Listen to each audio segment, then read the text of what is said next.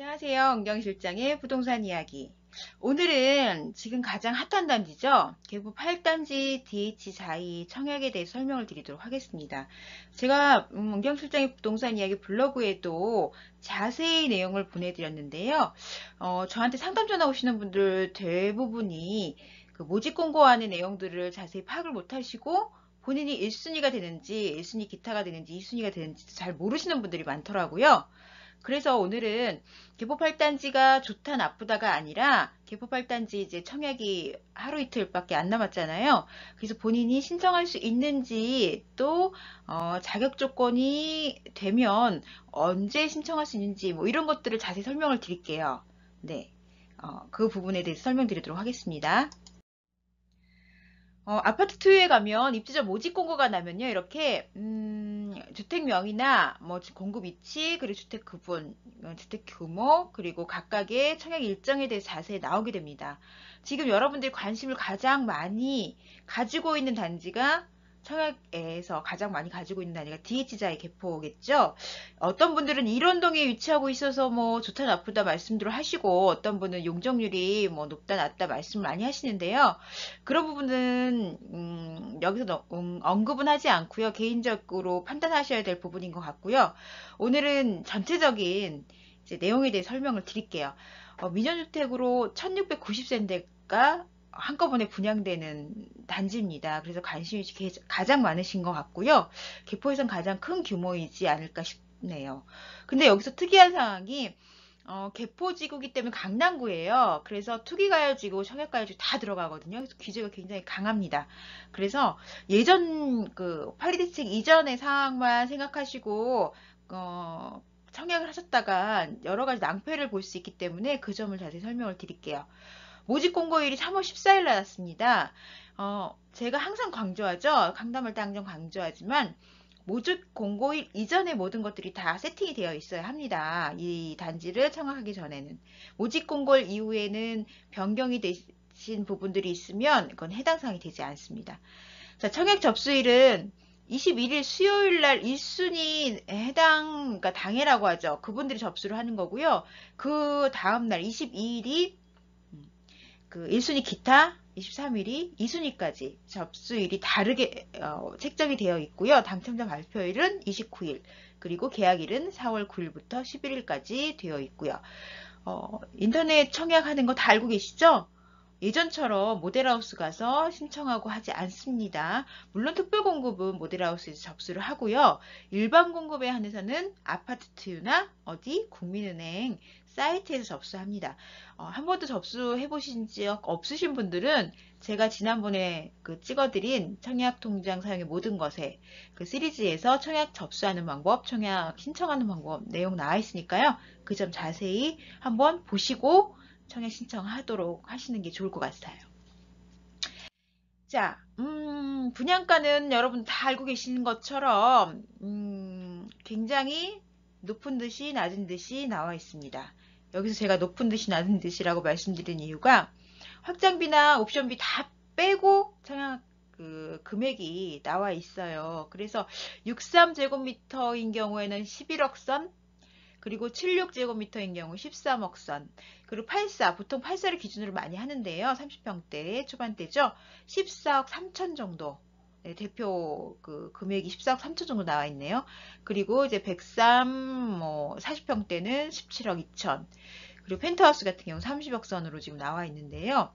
이것도 말들이 많습니다. 뭐 평균으로는 4,160이라고 하는데 실제로 옵션비 뭐 다 더하다 보면 4,600이 넘는다 이야기들이 많고 프레스티지를 따라갈 것인가도 이야기가 많은데요. 그 점은 이제 한 3년 후의 얘기니까 저도 언급하지 않겠습니다. 청약 신청할 때 보통 타입을 그러니까 선택해서 평형대랑 타입이랑 두 가지를 다 신청할 수 있게 되어 있는데요.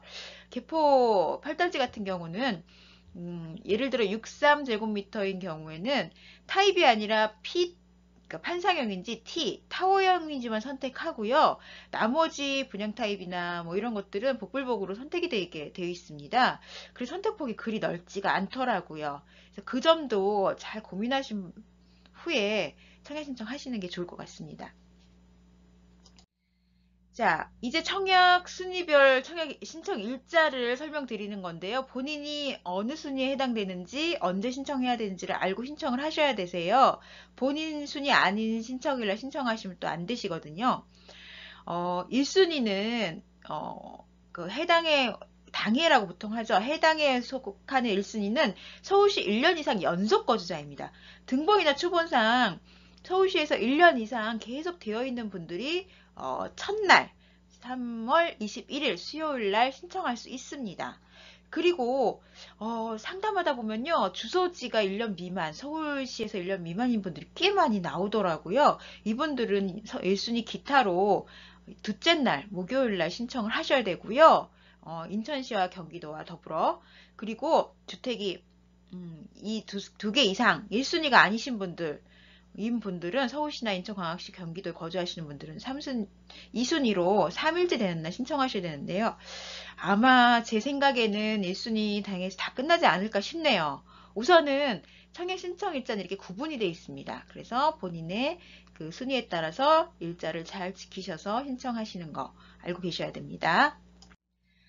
자, 제가 그 모집 공고가 나면요, 거기를 잘 해석하면 모든 게 답이 나와 있다라고 항상 상담 시 말씀을 드리는데요. 모집 공고가 굉장히 어렵게 되어 있고 읽어도 잘 모르겠다는 분들이 많아서 제가 제 은경실장의 부동산 이야기 블로그에 자세히 쉽게 해석해서 써놨는데 그래도 좀 헷갈려 하시더라고요. 그래서 모집 공고를 가지고 와서 이제 본인이 어디에 속하는지 신청을 하면 되는지 안 되는지 이런 점들을 모집 공고를 해석하면 다 나오거든요. 그래서 모집 공고를 설명드리도록 하겠습니다.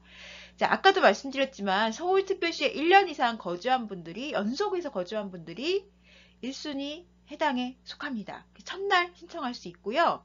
이분들에게 우선 공급하고요. 만약에 그러니까 접수일을 분리해서 접수를 한다고 말씀드렸죠. 만약에 경쟁이 있을 경우 서울특별시 1년 이상 그리고 1년 미만 거주자와 인천 경기도 거주자 이렇게 나눠서 신청을 하잖아요. 서울특별시 1년 이상이 우선하고요. 그리고 만약에 서울특별시 1년 이상에서 다 해당 사항이 채워졌을 경우에는 1순위 기타 부분에 대해서는 신청 대상에서 제외된다고 그 모집 공고에 딱 나와 있습니다. 그래서 이번 같은 경우는 너무 핫해서 대형 평수 아니라 뭐 84 이하는 거의 1순위 당해에서 다 끝나지 않을까라는 생각을 당연히 그렇게 되겠죠. 물론 뚜껑을 열어봐야 알겠지만 네. 자, 그리고 청약 가점제로 8호 이하는 100% 된다는 거 다 알고 계신데요. 혹시 모르시는 분들 계시더라고요. 모집 공고에 보면요. 이렇게 나와 있어요. 무주택 기간, 부양 가족수, 입주자 저축 기간, 가입 기간. 이거는 이제 청약 점수, 가점제 점수를 구성하는 세 가지 요소죠. 만점인 84점이라고 말씀드렸는데 여기서 또 하나가 들어갑니다. 본인과 세대원 주택 소유를 점수를 계산해서 당첨자를 선정하는 청약 가점 제도가 적용됩니다. 라고 나옵니다. 이 말이 무슨 말이냐 하면요. 1순위에는 주택이 한 채라도 있어도 1순위가 됩니다. 민영에는요. 아시죠? 제가 지난번 시리즈에서 설명 자세히 드렸는데. 그런데 이 개포 8단지 같은 경우는요. 주택이 있는 분들은요. 가점에 속하는 8호제곱미터 이하는 해당이 안 된다는 얘기입니다. 여기 모집공고에 당당히 나와 있거든요. 무주택기간, 부양가족수, 입주자, 저축, 가입기간과 본인 및 세대원의 주택 소유를 점수를 계산해서 청약 가점 제도가 적용이 되는데 8호제곱미터 이하는 100% 가점제로 점수로 쭉 줄을 세워서 점수 높은 사람부터 자른다는 얘기죠. 그리고 8호제곱미터 이상의 초과의 주택은 50% 예를 들어 100명을 뽑으면 100세대를 뽑으면 50%는 줄을 세워서 뽑고 나머지는 추첨을 해서 뽑는다는 얘기인데 여기서 포인트입니다. 1순위 접수 시 무주택 세대주는 가점제 그리고 1주택 이상을 소유한 세대주는 추첨제로 입주자를 선정한다고 합니다. 따라서 주택이 한 채라도 있으신 분들은요. 가점제에 넣는 의미가 없으세요. 물론 주택이 한 채라도 있으면 무주택 기간 32점을 0점으로 받아서 점수가 확 깎이기 때문에 당연히 가점이 낮을 수밖에 없죠. 그러니까 주택이 한 주택이라고 소유하고 있는 세대주는 추첨제를 노려보시는 게 맞고요. 그런 전략으로 하셔야 합니다. 자, 그리고 요번엔 예비 입주자를 선정을 한다고 하는데, 물론 예비 입주자는 계속 뭐 다른 단지 선정을 해왔겠죠. 근데 80% 예비 입주자를 선정을 한다고 합니다. 예를 들어 100명을 뽑는다 그러면요.